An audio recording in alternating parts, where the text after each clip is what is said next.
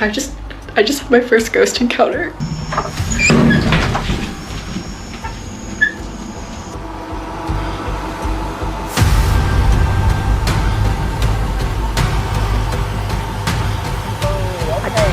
Please do not touch me. Did I just catch... Dude, did I just freaking catch that? Tonight, we look at 6 disturbing camping encounters caught on camera. Real moments, real danger. Don't forget to subscribe for more terrifying footage like this. Let's begin.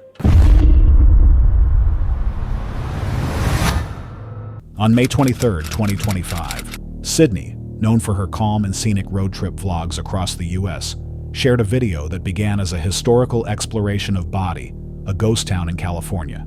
However, the journey took a haunting turn when she decided to spend the night in one of Nevada's most famously haunted places, the Silver Queen Hotel in Virginia City. Virginia City is legendary among those who chase the paranormal. Once a booming mining town in the 1800s, it was built on the riches of the Comstock Lode. Yet with fortune came violence, and many believe that the spirits of those who lived and died there have never truly moved on. Before heading to Virginia City, Sydney explored Bodie, a ghost town frozen in time. She filmed abandoned homes still filled with furniture, old food jars, and personal items left behind decades ago. Wow, I can't believe I'm actually here. Oh my god, I'm so excited to be here. I made it to Bodie. Wow. Apparently everything here has just been left as it is, or as it was. Oh my gosh, there's a shoe right there. So everything is in the state as it was left, so it's just decaying. This is so cool. At first, Bodie was just a small mining camp overshadowed by nearby boomtowns like Virginia City and Aurora. But everything changed in 1876 when a rich vein of gold was struck by the Standard Company. Oh my gosh. There's still food in jars on the shelf in there. This discovery transformed Bodie into a bustling gold mining town almost overnight. So I'm guessing this is one of the main streets of Bodie, because the church is right here. The town had everything: saloons, hotels, a red light district, a Chinatown, a Wells Fargo bank, a jail, and even a baseball field. But with gold came greed and danger. Bodie quickly earned a reputation for violence and lawlessness. The phrase, "bad man from Bodie," became infamous throughout the West. Shootouts, robberies, and saloon brawls were common, and some even claimed the town had a murder a day during its peak. It's a shoe. You enjoy the view and you enjoy your drink.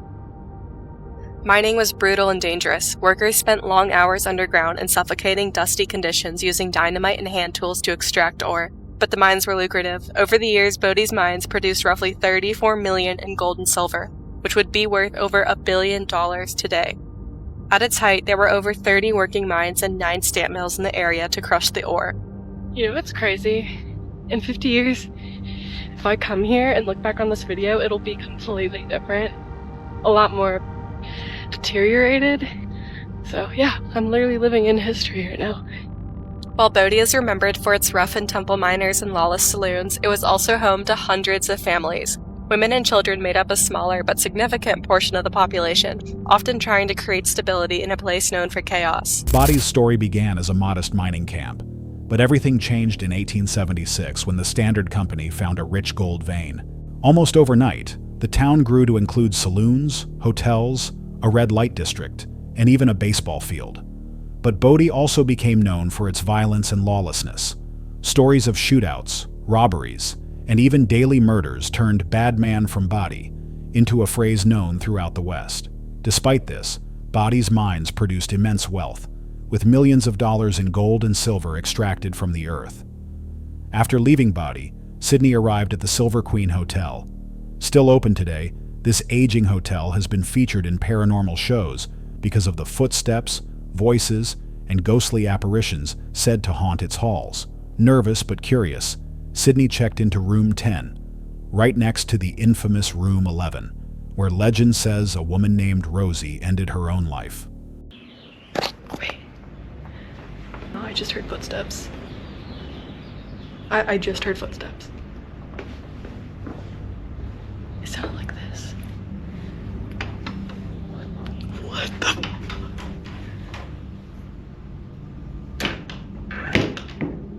ghost.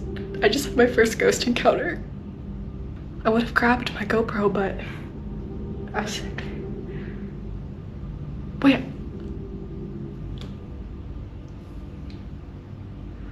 Oh my god. Let me reenact the scene. I was reading this paper. I got to she had a rousing, roaring silver and gold line pass. And I just heard footsteps right outside my door go. And it wasn't very hard. So I opened the door and nobody was out there. Oh my god. This is gonna be a long night. I've been here 30 minutes and I already had a ghost encounter.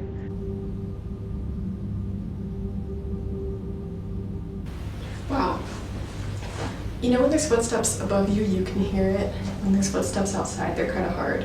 This one, it was like soft. Right outside my door. And by the time I came, grabbed my GoPro and opened the door, I would have seen somebody. There's nobody there. Only 30 minutes after settling in, Sydney heard soft footsteps outside her door, like someone moving quietly on a carpeted hallway. When she opened the door to look, there was no one there.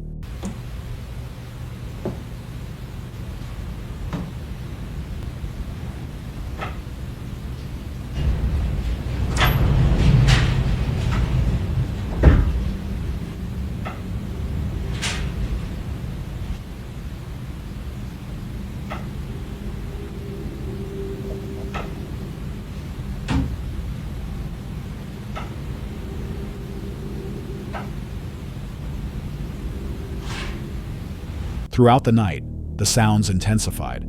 Footsteps above her, knocking sounds with no source, and what sounded like a dryer tumbling somewhere close by. Sydney tried to record the activity on her phone but was too exhausted to keep up. At dawn, everything stopped. The moment birds began singing outside, the noises vanished, as if whatever was there had retreated with the morning light. Sydney was left both fascinated and unsettled by what she experienced. Was it residual energy from the town's violent history, echoing in the halls of the hotel? Or was it something more intelligent, choosing to reveal itself only at night? These questions remain unanswered, but Sydney knew one thing for sure. She wouldn't be staying there again. What do you think really happened that night? Was Sydney truly witnessing something paranormal? Or could there be another explanation for the sounds and movements she heard? Share your thoughts in the comments.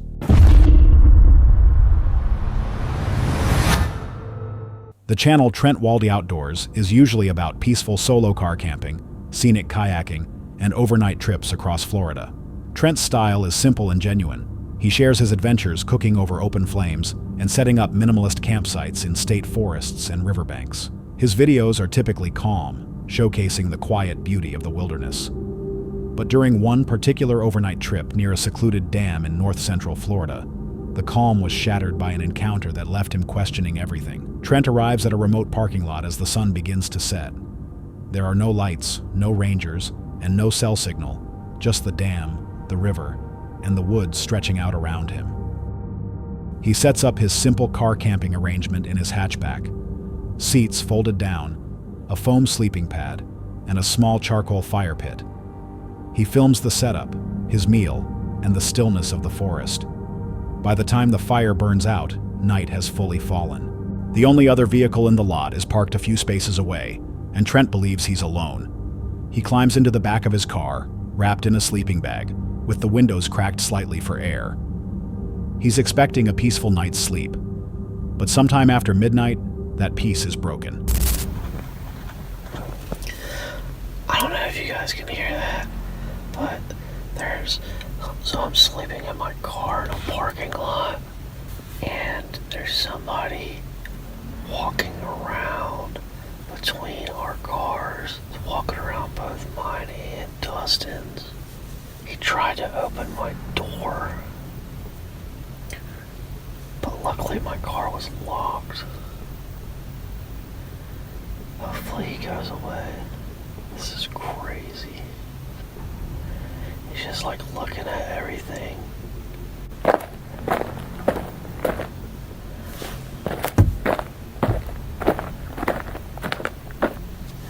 looking up against the window.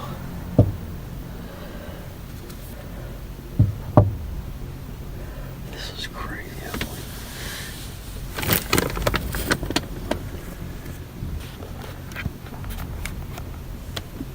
Outside the car, Trent begins to hear footsteps. Deliberate, slow, and unmistakably human.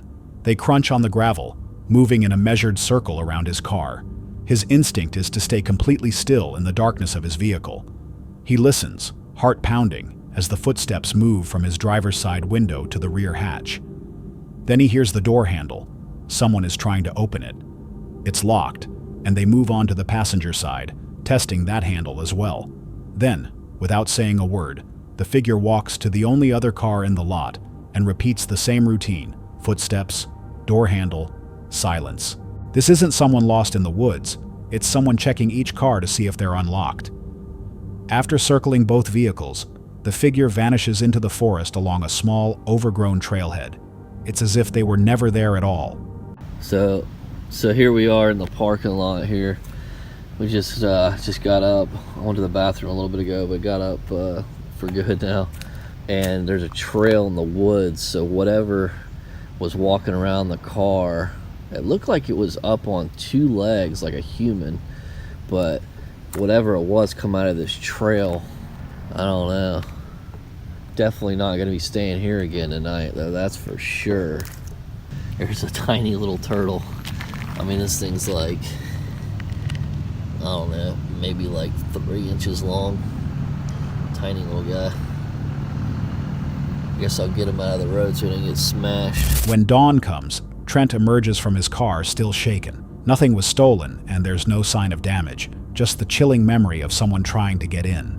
He cautiously scans the trail where the figure disappeared, but it only leads deeper into the thick brush with no sign of campsites or other people.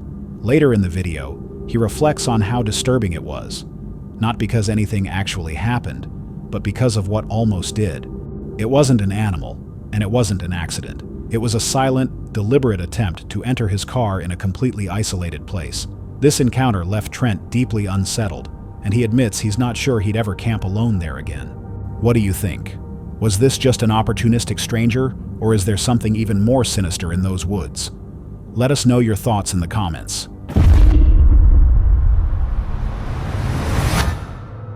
On May 25, 2025, Brazilian paranormal investigator Felipe Senna, known for venturing into abandoned and allegedly haunted sites deep in the rural interior, returned to a place that locals call the House of Screams. This decaying structure in Saratoga is steeped in a chilling legend.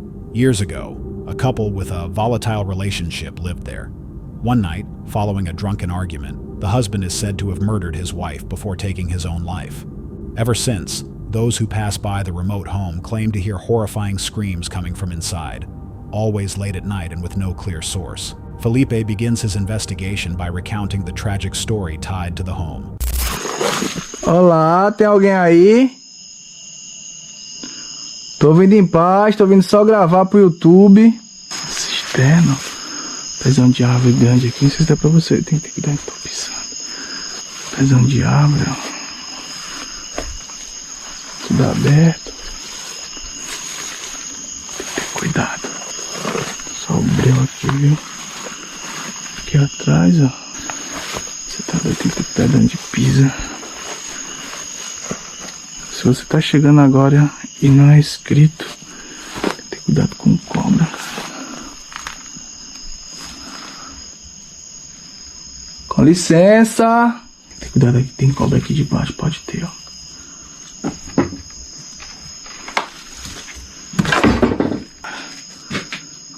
Você quer uma cobra? Maribondo. Aí, ó. O rei do maribondo, Felipe Senna. Se você chegou de paraquedas e não é inscrito, já se inscreve, ativa o sininho pra não perder nada. Mais maribondo ali. E cuidando aqui nas casas de aranha. Bora ver lá. Será que tem alguém morando aqui?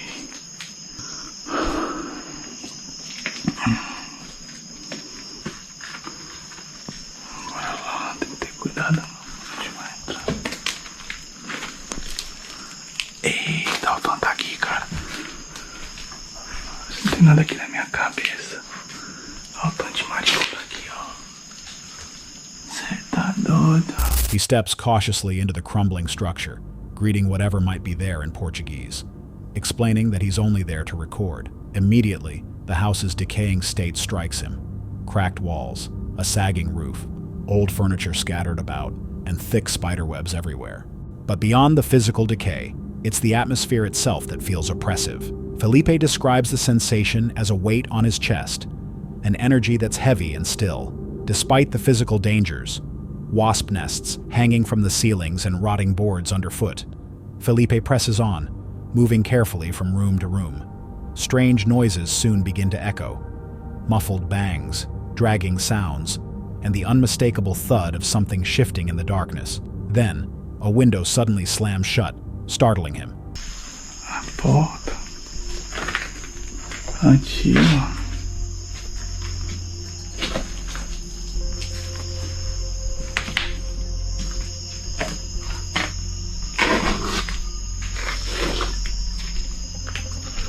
Que é sinistro, viu? Você tá doido.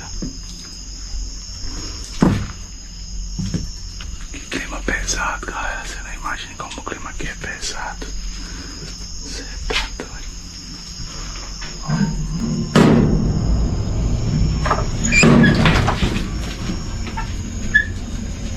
Que foi isso, cara? Você tá doido. Será que tem alguma coisa aqui dentro? A janela bateu. Você tá doido? Eles viram batendo também aqui, cara. Vocês viram o fogão batendo? Será que tem alguma coisa aqui dentro?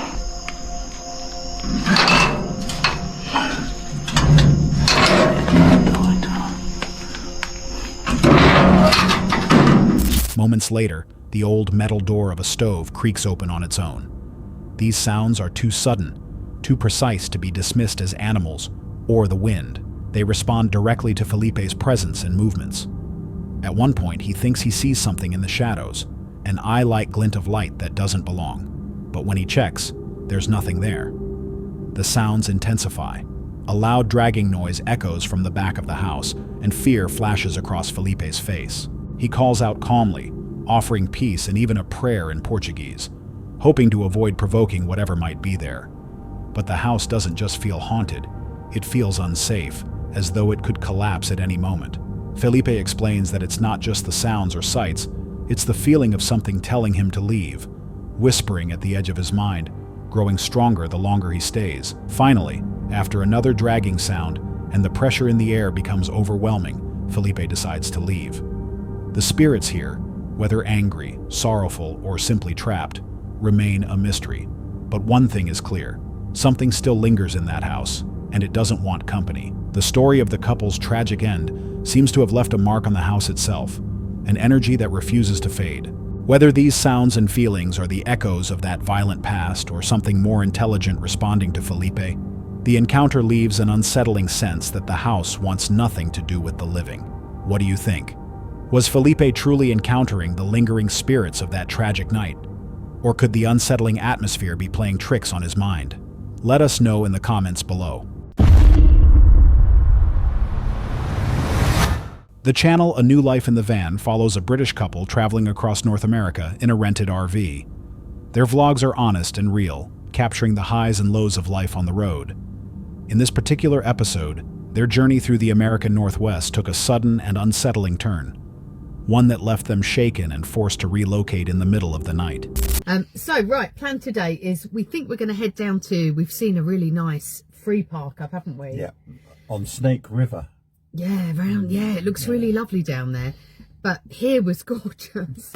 I mean, really, it was fantastic, wasn't it? The sunset was lovely. Yeah. The views are spectacular. Big blue skies. Yeah. And although you could just about hear the motorway at night because it was dark, it wasn't intrusive. It wasn't a problem, was it? No, now, I found this on iOverlander, and I ended up paying for iOverlander last night because they've changed the system and they've got what's called iOverlander 2. and that cost me £7.99 for the month. I didn't get the annual package because I know I'm only going to use it for here, but it has been brilliant, and some of the places we're finding are awesome. Quick truck stop before we head to Baker City, and there's a little viewpoint. But look at that, someone's put a load of graffiti on it. This absolutely beautiful view is a little marred by the filth of the lovely place that they've put here for everyone to admire this view. Selfish, that. Here is the gorgeous view from here. Part of the Oregon Scenic Highways. It really spoils it, doesn't it? It's a great little truck stop as well. It's a really lovely, thoughtful thing to do. Oh my God, someone's written, "I like big black cock." Really? Oh my God, retweet, "My GF's cock is purple." Oh my God. Seriously, Gary? It's just like, there's no need for any of this, is there? What's this one say? Stormy Daniels was here. Oh God. After spending several relaxing days at a state park in Idaho, the couple set their sights on what they thought would be another beautiful overnight stop, a free riverside park along the Snake River. They arrived in the early evening, excited by the stunning views, calm weather, and the promise of a peaceful night by the water. We're just going to try and have a bit of a stroll, but the only problem is it's a bit of a main highway, no path or nothing. We've just managed to get down by the water, and that was quite easy. But look at all this, there's like loads of people have left like disgusting boxes and crap everywhere. There's like tyres and everything. It's a real shame, isn't it? But even as they enjoyed the scenery, signs of neglect were impossible to ignore. Trash, old tires, and discarded furniture were scattered everywhere, clear evidence that the area had become a dumping ground. Still, they tried to brush it off and enjoy the evening. We think they're going to fly tip. There's so much rubbish around here. We don't really want to go out there because you don't know what these people are like. They've got loads of shit in the back of their pickup, haven't they? Did look like it, yeah. I mean, like mattresses, the lot. Yeah. They've driven down there. I bet you any money they're going to fly tip. Well. Slow down, Gary. What's he taking out of there? There is no way that he's going for a walk. This is what they're doing. Slow down, Gary. They've got some sort of... They are literally fly tipping. Stop there for a second, love. Look at that. That is absolutely disgusting.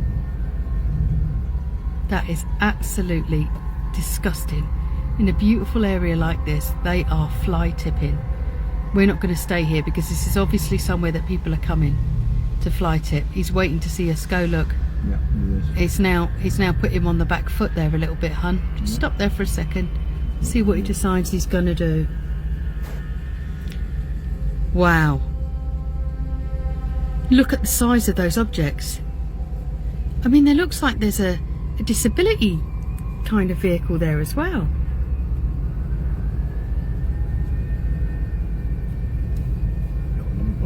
I can't really see it, to be honest. I think There's one on the front. there is one on the front, but it's not that clear. I've taken a photograph, but it's really... Look at them. They should be ashamed of themselves.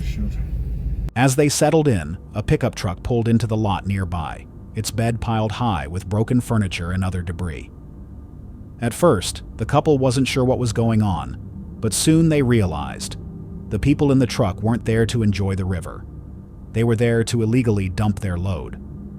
The couple watched from the van as the group began unloading the trash directly onto the ground, completely indifferent to the beauty of the place or the fact they were being watched. One of them stayed in the driver's seat, watching the couple closely, almost as if waiting for them to leave. The atmosphere changed immediately. The couple spoke quietly in the van, realizing that this wasn't just a mess. It was a sign that the spot was used regularly for illegal dumping, and anyone trying to stop it might find themselves in a dangerous situation. Gary and I have a rule that we always follow. If we don't feel comfortable in a place, no matter how nice it is, we shift it, don't Yeah, we we? move on. Especially if it's a free park up, we just move on. I'm really upset about that because I don't really know what to do with it. I can't really read the number plate.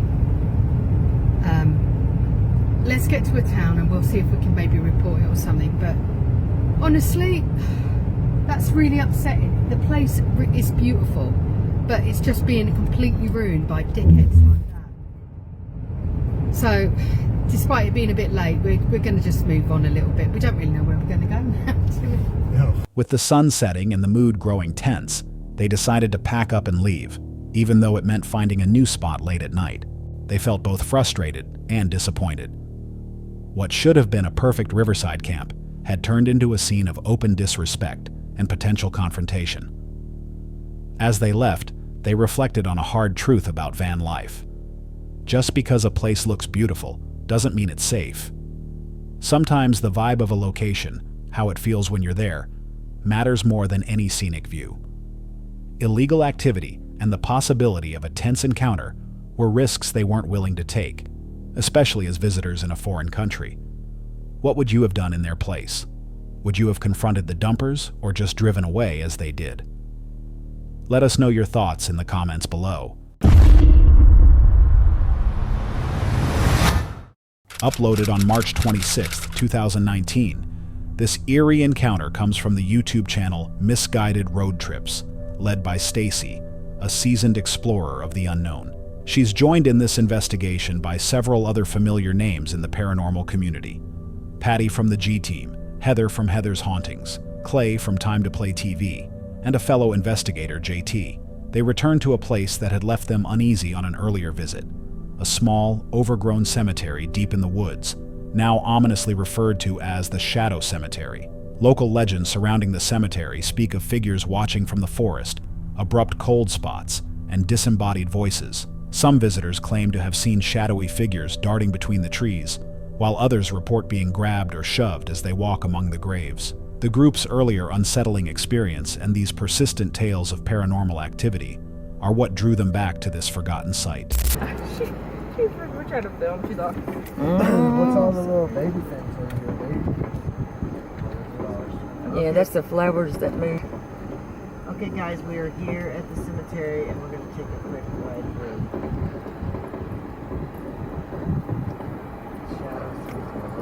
Drive through just to see if we see anybody around here hanging out before we get out and start walking around.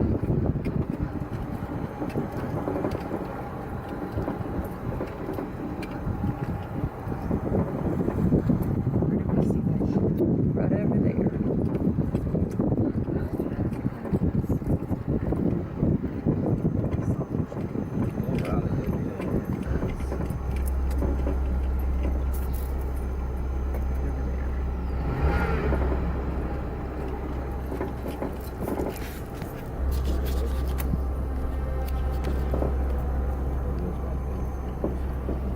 That's the one that's so creepy to me. That's where the shadow figure Yep, was, that's where right the over shadow there. figure was. He was right by that We were wall. standing right here by this tree and we could see him. Yeah, it does. But it's about to be done. Yes, it is. Whatever is here. I see nothing.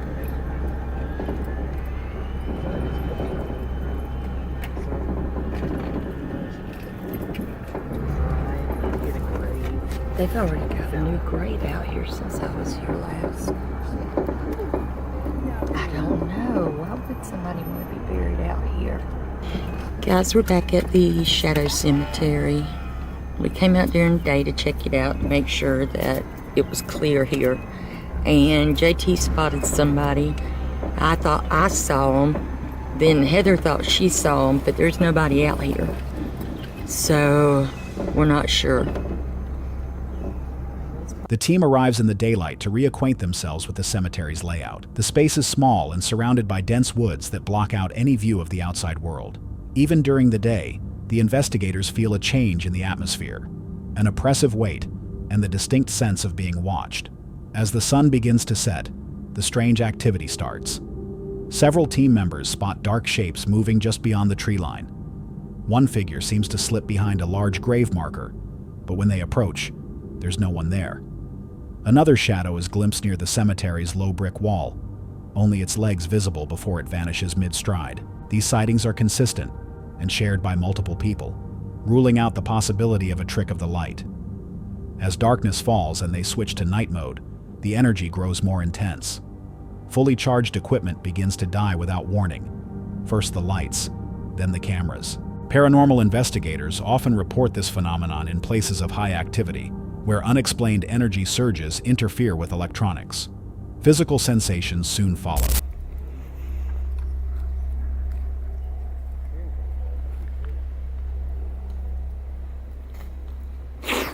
God, something just touched me again. Are you serious? I'm serious. Oh my god, and this meter just started going off too when you said that. Did it? On my shoulder again, just like it did last time. It feels like it's like fingerprints trying to grab you. Oh my like god. it's pulling back. Whoa, okay. Please do not touch me. Do not touch her like that. If you want my attention, you can talk to me, but do not touch me. Touch me. Touch him. Stacy feels something tug at the back of her shirt, like invisible fingers gripping her. Moments later, Heather experiences a similar sensation, near the same spot. Both are rattled, but determined to continue. The team spreads out to cover more ground but remains close enough to keep each other in sight. The most shocking moment comes later, during a review of their footage.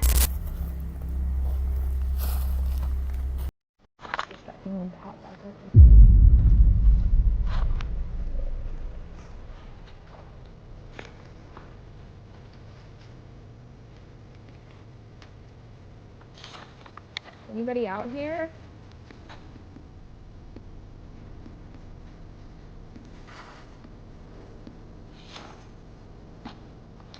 Hello? Show yourself again.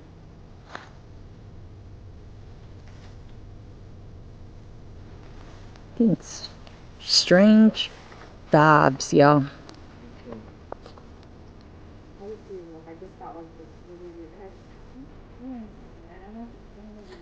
That's what we saw the first time. Around the 24-minute mark, Stacy notices a shadowy figure walking across the path in the background of a static shot. The figure has form and movement. It strides behind a headstone and disappears into the darkness. No one in the group saw it happen in real time. This chilling moment, captured only on camera, stands as one of the clearest pieces of evidence they've ever recorded. As the team begins to pack up, another member sees something drop from a tree near the edge of the cemetery. It doesn't fall like an animal. It moves with intention, landing silently and vanishing before anyone else can confirm it. This final event cements what the group is already beginning to believe. This might not be a typical haunting. The way the figures moved, silent, purposeful, and able to vanish without a trace, hints at something more than just lingering spirits. Could this be an intelligent entity that responds to those who enter its domain? Or perhaps something tied to the land itself, using the energy of the cemetery to reveal itself only to those willing to see? What's your take on the Shadow Cemetery? Is this truly evidence of something intelligent lurking in the woods? Or could there be another explanation for these dark figures? Let us know your thoughts in the comments below. The Channel D's Dark Adventures is led by Dee, an explorer who shares her solo investigations of eerie trails, secluded woodlands, and places tied to cryptid legends. Her videos blend intuition, folklore, and raw, unfiltered reactions. Unlike others, Dee doesn't try to convince skeptics. She simply records what she sees and lets viewers decide for themselves. In this particular episode, she returns to one of her secret spots, a remote trail deep in the woods near private land, close to her well-known footprint trail. But from the start, something feels different, and not in a good way. Dee sets out with a simple plan: explore a new path that connects to her notorious trail, a place where she's previously found enormous footprints and had unsettling encounters. But even before she sets foot on the path, she feels a weight in the air. Despite it being almost summer, the temperature is freezing. The forest is unusually quiet, the birds aren't behaving normally, and she senses something watching. Like this right here. That's a barefoot, dude. Like, the foot is so weird and going in the wrong direction. Like, the toes are going right. Look at that. Here's my print next to it. Why did it even indent in it? But I can't wait till I can start casting. If it's too muddy, it's not gonna work as well. But I can't wait. I haven't got a cast in like, it's been I didn't get one all last summer or spring. And I haven't seen anything I want to cast yet. But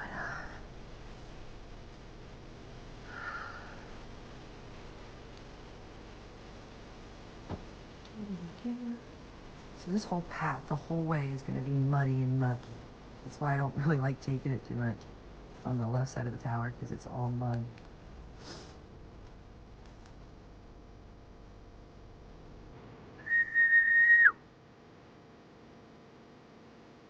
As she moves deeper, she starts to find strange footprints in the mud, some too wide for any known animal, with toes pointing in odd directions.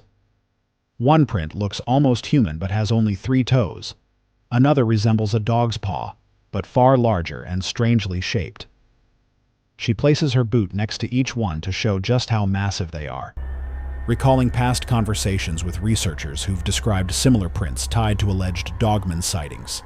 Huge bipedal creatures with canine traits said to roam remote forests. Then, things escalate. Reviewing her footage in real time, Dee spots a dark shape peeking out from behind a tree, slipping between branches and retreating as she turns her light toward it. Moments later, she captures something even more unsettling. Ah! Did I just catch... Ah! Did I just catch... Dude, did I just freaking catch that? Please tell me I caught that. Oh, God, I want to go. I'm leaving. No. We're leaving. We're leaving. We're leaving. We're leaving. We're leaving. We're leaving. Where'd it go? It ran off direction, dude. I seen it carrying a whole big branch. It had a whole branch. It had a whole branch behind him. He was carrying a whole tree. A large shadow moving across the trail, carrying what looks like an entire tree branch. She freezes, replaying the footage, realizing she might have caught a cryptid on camera. Something massive, upright, and strong enough to carry a piece of a tree. The tension only grows. Branches crack, howls echo in the distance, and sudden crashes tear through the underbrush. Then she catches a whiff of something musky and overwhelming, like a skunk but stronger and thicker, a scent she's come to associate with unexplained encounters in the past. With the strange smells, unsettling noises, and the feeling of being watched growing more intense, Dee becomes convinced that something is there, something not human. Despite her fear, she pushes on, determined to document everything. But eventually, the pressure becomes too much. Out of breath and struggling to keep her composure, she decides to turn back, ending the investigation for the night. This was no ordinary haunted trail. Dee's final thoughts suggest that whatever was out there wasn't just observing, it was responding, moving with purpose and intent. Was it a cryptid, an undiscovered creature, or something else entirely? The size of the footprints and the shadowy figure carrying a branch hint at something powerful, intelligent, and territorial. What do you think she captured on camera? Could this be proof of the cryptid legends she's been chasing? Or is there a more rational explanation for the prints and shadows? Share your thoughts in the comments below. That's all for tonight's video. Which encounter gave you chills? Let us know in the comments below. Got your own experience? We want to hear it. And whatever you do, don't miss what's coming next.